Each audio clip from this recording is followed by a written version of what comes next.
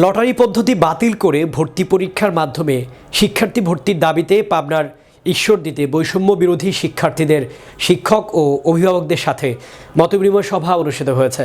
বিকেল 4টায় সরকারি সারা Marwari model school and college মিলনায়তনে এই সভা অনুষ্ঠিত হয়। এ সময় অতিথি হিসেবে উপস্থিত ছিলেন রাজশাহী প্রকৌশলী ও প্রযুক্তি বিশ্ববিদ্যালয়ের অধ্যাপক ডক্টর কামাল হোসেন, বৈষম্য বিরোধী আন্দোলন কুষ্টিয়া জেলার যুগ্ম আহ্বায়ক আবরার খান, পাবনার ছাত্র প্রতিনিধি মিজানুর রহমান মিজান, এছাড়াও বৈষম্য বিরোধী ঈশ্বরদীর ছাত্র প্রতিনিধি তানজিদুর জামান দিহান, তাসনিম মাহবুব প্রাপ্তি, মেহের হোসেন, ফজলে রাব্বি সিয়াম, ইব্রাহিম সহ উপজেলার বিভিন্ন স্কুলের শিক্ষক ও অভিভাবকবৃন্দ।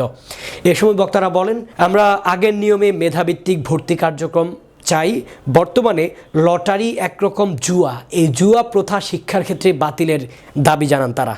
বিদ্যালয়ে ভর্তি হতো যেন মনে হয় এটি তাদের পৈতৃক সম্পত্তি, ওয়ারিশ সূত্রে ভাগে। আমরা বিদ্যালয় পরিচালনা ভাবে শিক্ষার্থীদের সমান অধিকার প্রতিষ্ঠিত হয়, তা আমাদের বোধগম্য নয়। এমনিতে আকাঙ্ক্ষা বাস্তবায়নের জন্য শিক্ষিত করা আবশ্যক নিয়ে গেছে। এই সময়ে আমরা স্বাধীন বাংলাদেশ পেয়েছি, কিন্তু দুঃখের বিষয় হলো যে আন্তরিকতা ও ধন্যবাদ জ্ঞাপন করতেছি। আমরা গভীরভাবে শ্রদ্ধা। ভর্তি ব্যবস্থা কোনোভাবেই ন্যায়সঙ্গত হতে পারে না ও ধর্মে এটি দূষণীয় এবং ঘৃণিত কাজ।